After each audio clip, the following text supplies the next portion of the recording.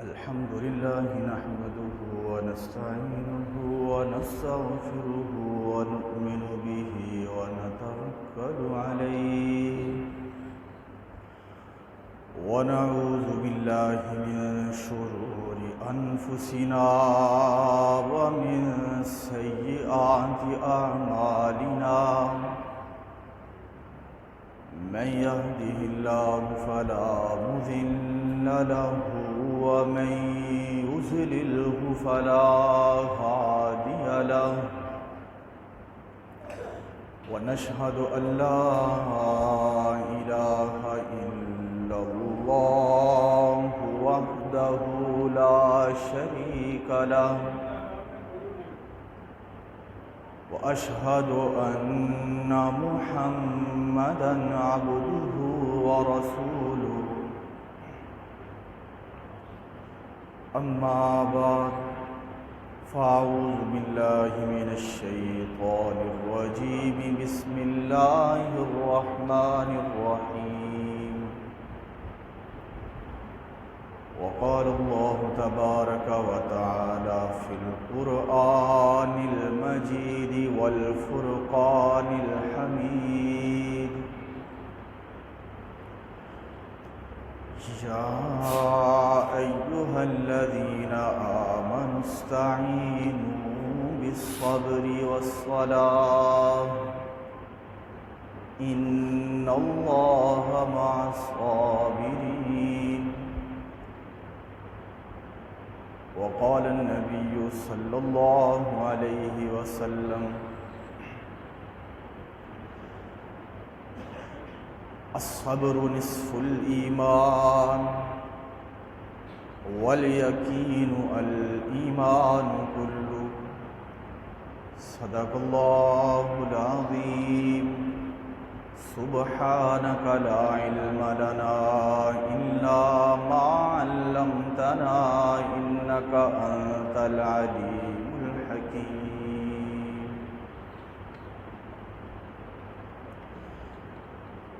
جس دور پہ نازاں تھی دنیا وہ دور مسلمان بھول گئے،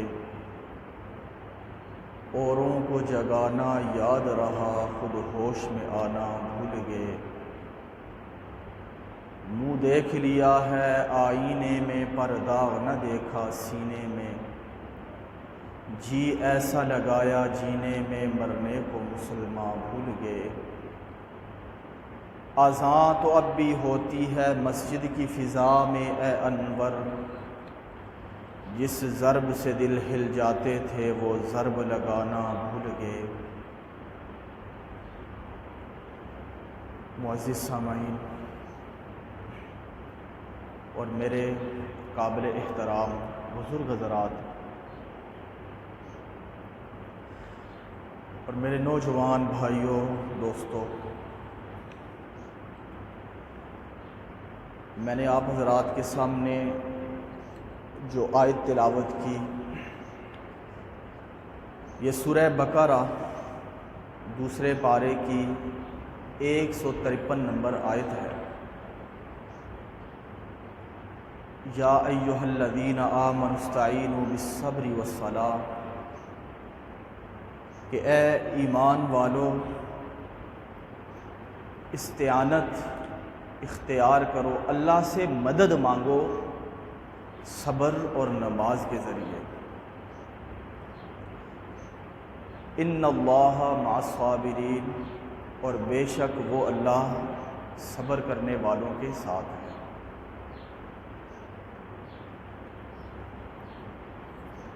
میرے عزیز دوستو، صبر کیا ہے؟ کہ میں کچھ چاہ رہا ہوں لیکن میرے ساتھ ہو کچھ رہا ہے۔ کوئی کام میں نے اپنی تدبیر،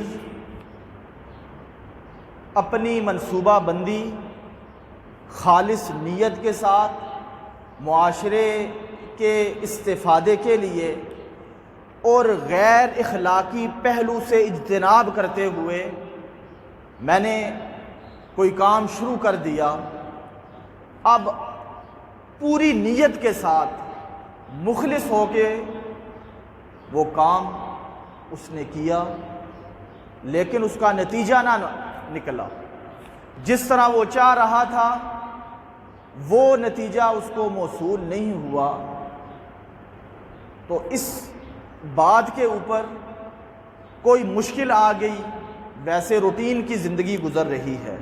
دن اور شام گزر رہی ہے، کسی وقت کوئی مصیبت آ گئی، اپنا پیارا کسی نے کھو دیا، کوئی مالی نقصان ہوا، معاشرے کے اندر ویسے ہی اس کے خلاف کوئی بات چل پڑی، اس پر صبر کرنا اور اللہ سے اچھائی کی امید رکھنا، اس بات پر قرآن پاک کی آیات ہیں کہ اے ایمان والو، جب بھی کوئی طبیعت کے خلاف واقعہ، کوئی مزاج کے خلاف بات آ جائے تو اس پر صبر کرو کہ بے شک صبر کرنے والوں کے ساتھ اللہ تعالیٰ کی مدد ہے۔ قرآن پاک کے اندر آتا ہے ما یکون من نجوا ثلاثۃ الا هو رابعهم ولا خمسۃ الا هو سادسهم ولا ادنى من ذلك ولا اکثر الا هو معهم اینما كانوا، کہ صبر کیا ہے اور انسان کو اللہ تعالیٰ کی جو تائید حاصل ہوتی ہے، علماء کرام نے لکھا ہے ایک تائید عام ہے کہ ہر ایک کے ساتھ وہ مالک، وہ خالق ہے۔ وَلَقَدْ خَلَقْنَا الْإِنسَانَ وَنَعْلَمُ مَا تُوَسْوِسُ بِهِ نَفْسُهُ وَنَحْنُ أَقْرَبُ إِلَيْهِ مِنْ حَبْلِ الْوَرِيدِ، کہ میں تو تمہارے دل کے بہت قریب ہوں، بلکہ شاہ رگ سے بھی زیادہ میں تمہارے قریب ہوں۔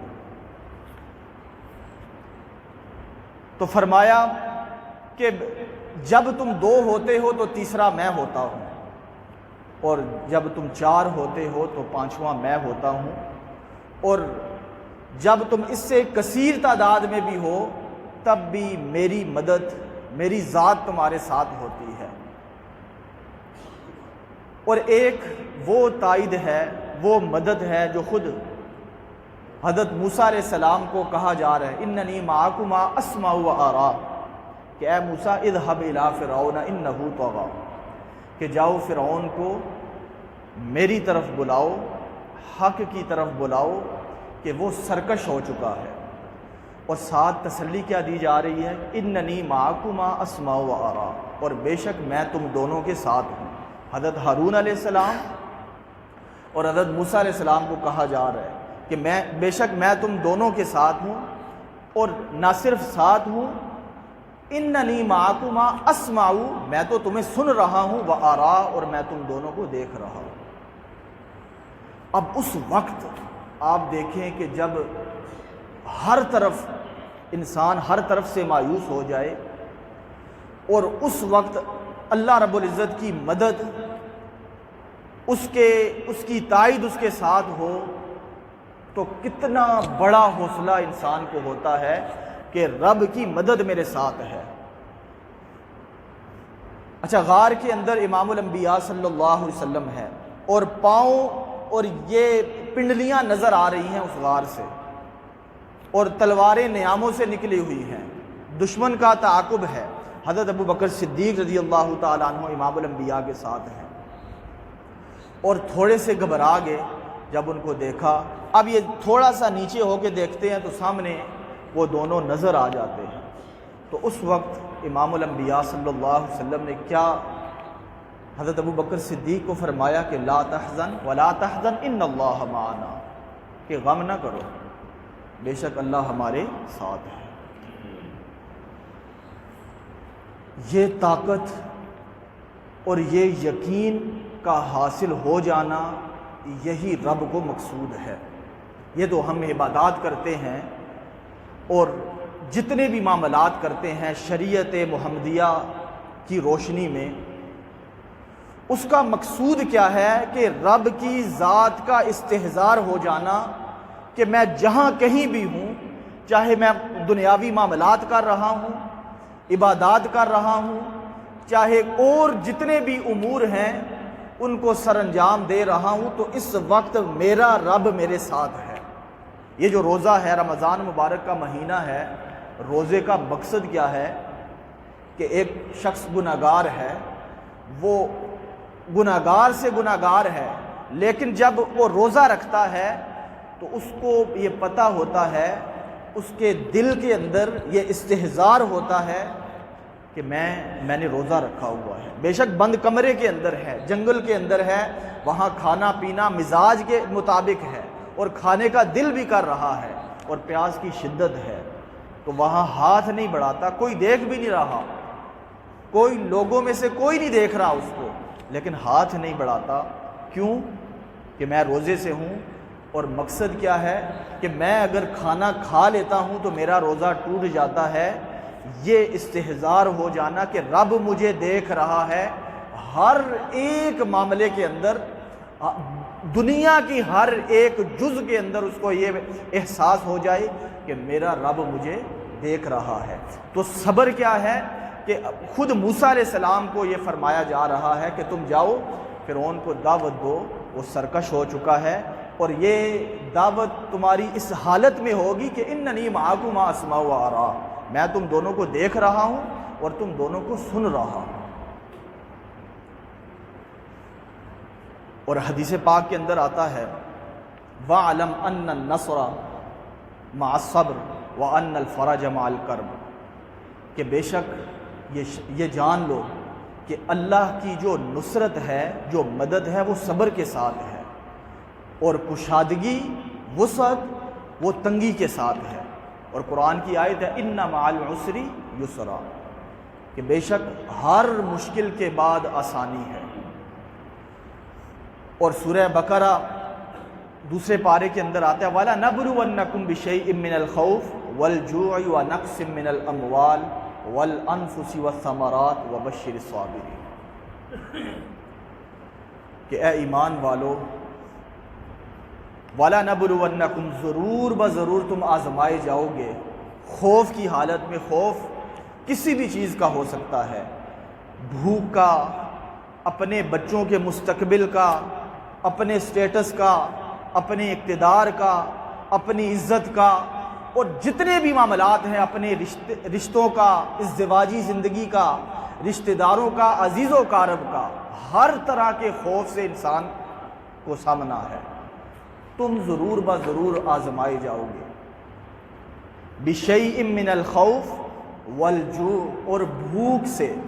وَنَقْصٍ مِّنَ الْأَمْوَالِ، اور مال کے نقصان سے بھی میں تمہیں آزماؤں گا، وَالْأَنفُسِ، اور جان کے نقصان سے۔ جان کا نقصان کیا ہے؟ باپ موجود ہے، بیٹا وہ اپنے ہاتھوں سے دفنا رہا ہے، دادا موجود ہے اور پوتے کو اپنے ہاتھ سے لے کے دفنا رہا ہے، اور والد نے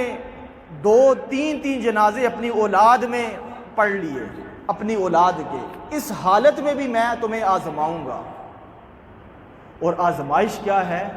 امام الانبیاء فرماتے ہیں ایبتلی الرجل بقدر دینہ، جو بندہ اپنے دین کے اوپر جتنا مضبوط ہوگا اس کا امتحان بھی اتنا کڑا ہوگا۔ یہ دنیا یہ نہیں ہے کہ افحسبتم انما خلقناکم عبثا وانکم الینا لا ترجعون، کہ یہ گمان نہ کرو کہ تم فضول میں پیدا کیے گئے ہو اور تم عبث ہو۔ عبث عربی کا لفظ ہے جس کا معنی یہ ہے کہ جو فضول نہ، اس کا کوئی مقصد نہ ہو، نہیں بلکہ تم نے میری طرف لوٹ کے آنا ہے۔ اور سورہ تبارک الذی، سورہ ملک کے اندر آتا ہے کہ الذی خلق الموت والحیات لیبلوکم ایکم احسن عملا، کہ میں نے جو موت اور زندگی کو جو پیدا کیا ہے، یہ بھی خالق نے یہ سارا نظام بنایا ہے۔ زندگی کسی کو دے دی اور کسی کے اوپر موت کا پروانہ جاری کر دیا، وہ کسی سے متاثر نہیں ہوتا کہ نہیں ابھی اس کی یہ حالت نہیں ہے۔ اس نے جو مقدر میں لکھ دیا ہے لوح محفوظ میں، اس نے حفاظت سے جو محفوظ کر دیا ہے، اس کے مطابق دنیا کا نظام وہ چلا رہا ہے۔ تو فرمایا کہ میں نے موت اور زندگی کو جو پیدا کیا ہے، وہ تمہیں پرکھنے کے لیے، لیبلوکم ایکم احسن عملا، کہ تم نے جو وعدہ کیا عالم ارواح میں کہ اے اللہ ہم تمہارے حکموں کو مانیں گے اور جتنے تیرے ترجمان انبیاء آئیں گے ہم ان کی اطاعت کریں گے، یہ جو وعدے ہیں اسی وعدے کی پاسداری کے لیے دنیا کے اندر انسان آنکھ کھولتا ہے۔ تو میں نے اس لیے پیدا کی تاکہ تمہیں دیکھوں۔ سورہ عنکبوت کے اندر آتا ہے 20ویں پارے میں کہ احسب الناس ان یترکوا ان یقولوا آمنا وهم لا یفتنون۔ دوسری آیت ہے کہ کیا تم نے یہ گمان کر لیا کہ تمہیں جو پیدا کیا ہے تو تم جو ہے آزمائے نہیں جاؤ گے؟ نہیں، میں تمہیں آزماؤں گا اور دیکھوں گا تمہارے اندر کون سچ کی اتباع کرنے والا ہے اور کون جھوٹ کے پیچھے چلنے والا ہے۔ تو یہ ہر طرف سے انسان اور پھر مسلمان اور پھر خاص کر مومن کی جو زندگی ہے، ایک ایک قدم کے اوپر اس کے لیے آزمائش ہے۔ نبی پاک صلی اللہ علیہ وسلم نے فرمایا کہ سب سے زیادہ آزمائش وہ انبیاء کی ہوتی ہے، اور پھر وہ کہ جو ان کے پیچھے چلنے والے ہیں ان کی آزمائش ہوتی ہے۔ اور یہ آزمائش کیوں ہوتی ہے؟ ابو سلمان رحمۃ اللہ علیہ لکھتے ہیں کہ حضرت موسیٰ علیہ السلام ایک مرتبہ جا رہے تھے، ایک شخص رستے میں پڑا ہوا ان کو ملا اور جس کو درندوں نے نوچا ہوا تھا اور زخمی حالت کے اندر ہے، لیکن اللہ کی رضا میں ہے، اللہ کی اطاعت میں ہے۔ تو حضرت موسیٰ علیہ السلام جب اللہ سے ہم کلام ہوئے تو اس شخص کا ذکر کیا کہ یا اللہ اس کی حکمت کیا ہے کہ وہ کٹا پٹا جو ہے رستے کے اندر پڑا ہوا ہے، درندوں نے اس کو نوچا ہوا ہے۔ تو حضرت موسیٰ علیہ السلام کو جواب ملتا ہے کہ اے موسیٰ، اس نے مجھ سے بہت بڑا مقام مانگا ہے آخرت میں، بہت بڑا رتبے کا سوال کیا ہے، اور وہ رتبہ جب میں نے اس کے اعمال کو دیکھا ہے تو اعمال اس قابل نہیں تھے، تو میں نے پھر اس کے اوپر یہ مصیبتیں اور یہ آزمائش ڈالی ہے تاکہ اس کے اندر وہ صبر کر کے اور استقامت اختیار کر کے اس مرتبے تک پہنچ سکے۔ یہ ضروری نہیں ہے کہ دنیا کے اندر اگر ایک شخص بیمار ہے، ایک شخص کے اوپر امتحان گزر رہا ہے تو اللہ کی ناراضگی بھی اس کے اندر ہو، نہیں، عین ممکن ہے کہ اللہ کی رضا اسی کے اندر ہو۔ اور یہ بھی ضروری نہیں ہے کہ فراوانی ہے، وہ مٹی کو ہاتھ ڈالتا ہے تو سونا ہو جاتا ہے، وہ جس طرف جاتا ہے تو 2 کام کرنے جاتا ہے تو 10 کام خود بخود ہو جاتے ہیں۔ تو اس کے اندر بھی ضروری نہیں ہے کہ اس کے اندر اللہ کی رضا ہو۔ کیا پتہ اللہ نے وہ جو فراوانی دی ہے اس کو، اور فراوانی پر فراوانی دی جا رہا ہے، اگر وہ شکر کے مقام میں نہیں ہے تو یہی ممکن ہے کہ اس کے اوپر یہ بہت بڑا عذاب ہو۔ اور یہ اس لیے کہ تاکہ یہ میری طرف رجوع نہ کرے۔ فطرت یہ ہے انسان کی، جب اس کو کوئی تھپڑ پڑتا ہے، کوئی آزمائش اس کے اوپر آتی ہے تو وہ جا کے سجدے میں لگتا ہے، وہ اللہ کے حضور گڑ گڑاتا ہے اور اللہ سے دعائیں مانگتا ہے، آہوزاری کرتا ہے کہ اے میرے مالک مجھے معاف فرما۔ وہ پھر اپنی طرف متوجہ ہوتا ہے، اپنی کوتاہیوں کو دیکھتا ہے، اپنا محاسبہ کرتا ہے، رات میں مراقبہ کرتا ہے، پھر دیکھتا ہے کہ میرے اندر کیا نافرمانی ہے، میں نے کہاں کہاں غلطیاں کی ہیں، تو پھر اللہ رب العزت کا دست شفقت اس کے سر پہ آتا ہے۔ بخاری شریف کی حدیث ہے، واقعہ آتا ہے ام ربیعہ کا بنت برہ، جو حارثہ بن سراقہ رضی اللہ تعالی عنہ کی والدہ ہیں۔ وہ ایک مرتبہ سید الانبیاء صلی اللہ علیہ وسلم کے پاس گئی اور پوچھنے لگی کہ یا رسول اللہ، حارثہ بن سراقہ یہ وہ صحابی ہیں جو بدر کے اندر شہید ہوئے تھے، اب سوال کیا جا رہا ہے کہ مجھے بتائیں کہ میرا بیٹا کس حالت میں ہے، آیا وہ جنت کے اندر ہے یا اس کا ٹھکانہ اس کے مقدر کے اندر کوئی اور چیز آئی ہے، تو امام الانبیاء صلی اللہ علیہ وسلم نے فرمایا کہ اے ام حارثہ مبارک ہو تمہیں، وہ تو جنت الفردوس کے اعلیٰ مقام اس کو ملا ہے۔ اور اس وقت انہوں نے یہ بات کہی کہ اگر تو وہ جنت کے اندر ہے تو میں صبر کروں، اور اگر اس کا ٹھکانہ جہنم ہے، دوزخ ہے، تو میں اس کے اوپر رونا چاہتی ہوں، غم منانا چاہتی ہوں۔ اور عرب کے اندر یہ کلچر میں تھا کہ جب بدر کا واقعہ ہوا تو اس وقت چونکہ ابو سفیان سپہ سالاروں میں تھا، اس وقت یہ مسلمان نہیں ہوئے تھے، تو بڑے بڑے سر جب کٹے، بڑے بڑے سردار بدر کے کنویں میں ذلیل و خوار پڑے ہوئے تھے، ان کو یقین نہیں آ رہا تھا کہ ہمارے ساتھ ایسا ہوا ہے کہ ابو جہل نے کعبے کا غلاف پکڑ کے یہ بات کہی تھی اور اکڑ کے میدان جنگ میں گیا تھا، حالانکہ جنگ ختم ہو گئی تھی، لیکن اس نے باوجود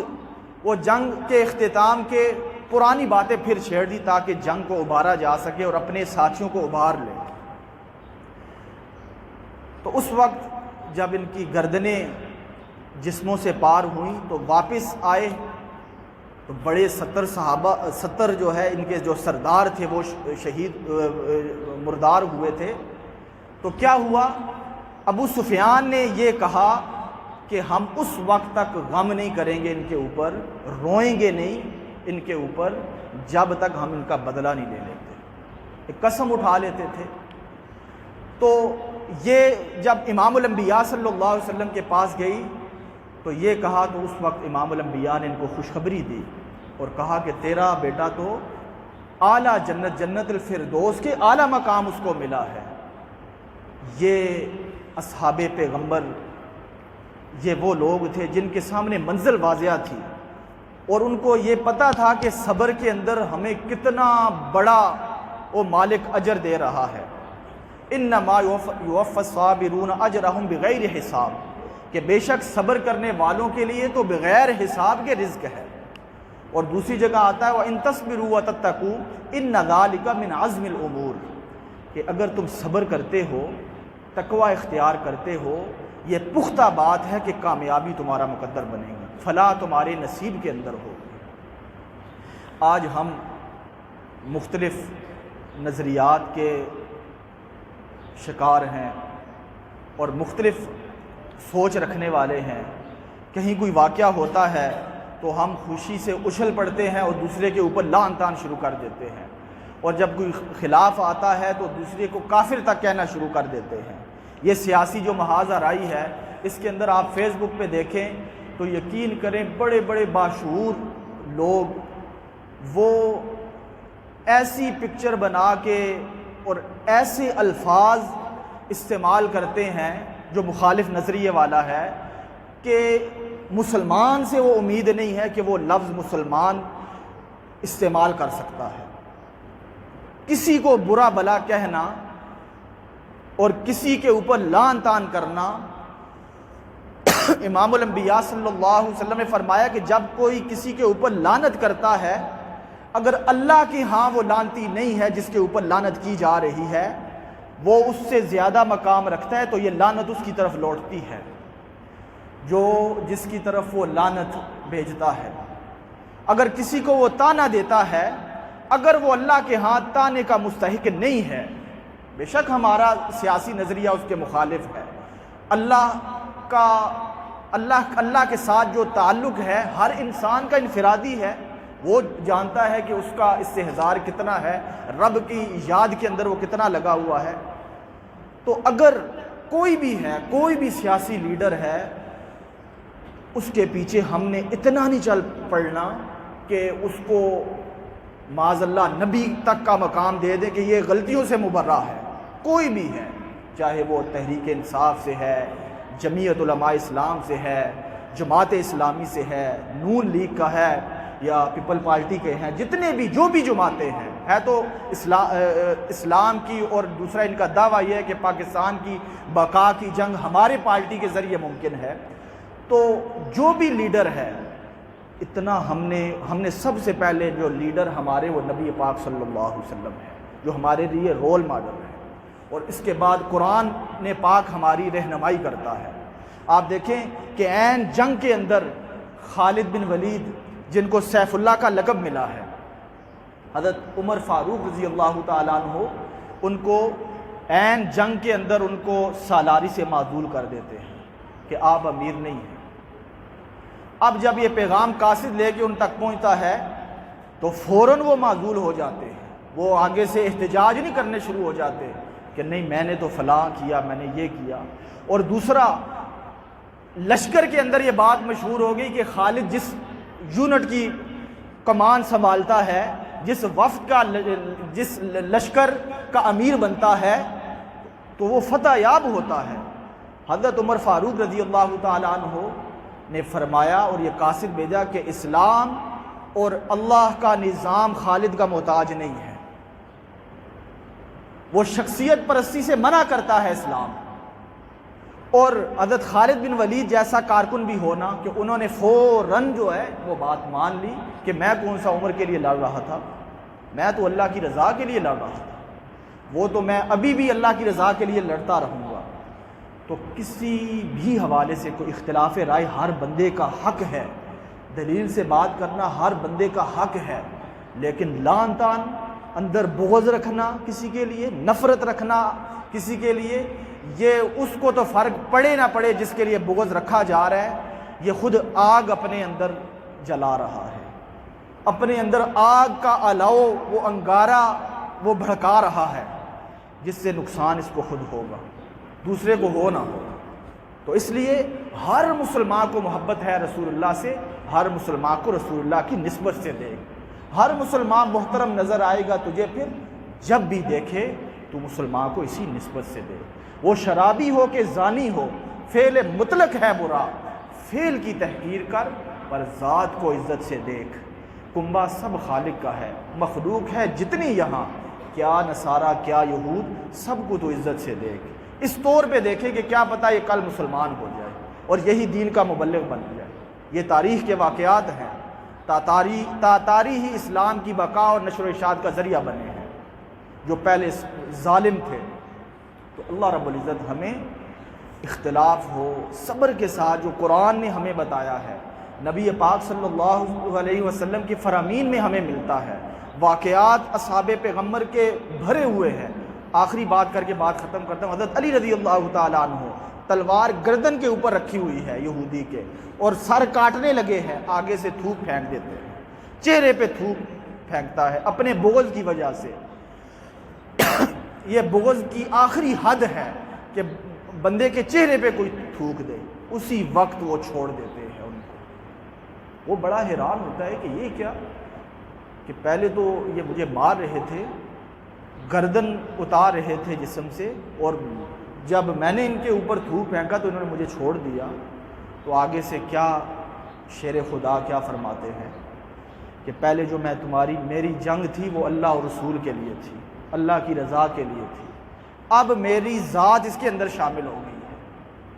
فوراً چھوڑ دی۔ یہ تھے وہ لوگ کہ جن کے ایمان کو خالق کائنات نے فرمایا فَإِنْ آمَنُوا بِمِثْلِ مَا آمَنْتُمْ بِهِ فَقَدِ اهْتَدَوْا، کہ اگر ایمان لانا ہے تو ان جیسا ایمان لاؤ، ان کے نقش قدم پہ چلو، یہ تمہارے رول ماڈل ہیں۔ اصحابی کالنجوم فبأیہم اقتدیتم اہتدیتم، میرے صحابہ ستاروں کی طرح ہے، چمک کے اندر ستاروں کی طرح ہے، جس کے پیچھے چلو گے کامیابی پا لو گے۔ تو اللہ رب العزت ہمیں کوئی بھی بات مزاج کے خلاف ہوتی ہے، کوئی کام ہے، کسی کا نظریے سے اختلاف ہے، تو اس کے اندر، اور پھر جو ہمارے اوپر پریشانیاں غم آ جاتے ہیں جو کچھ بھی نہیں ہے اور اس کا عشر و شیر بھی نہیں ہے جو اس سے پہلے مسلمانوں کے اوپر آزمائشیں آئی ہیں، تو ان حالات کے اندر وہ مالک، وہ خالق ہمیں صبر کرنے کی توفیق عطا فرمائے۔ اور ویسے بھی رمضان مبارک ایک صبر کا مہینہ ہے، عفو درگزر کا مہینہ ہے، تو اللہ رب العزت ہمیں ہر حالت کے اندر صبر اور ایمان کے حصول کا ذریعہ بنائے، جو کچھ کہا سنا اس پر عمل کرنے کی توفیق عطا فرمائے۔ حضرات سنتے ہیں۔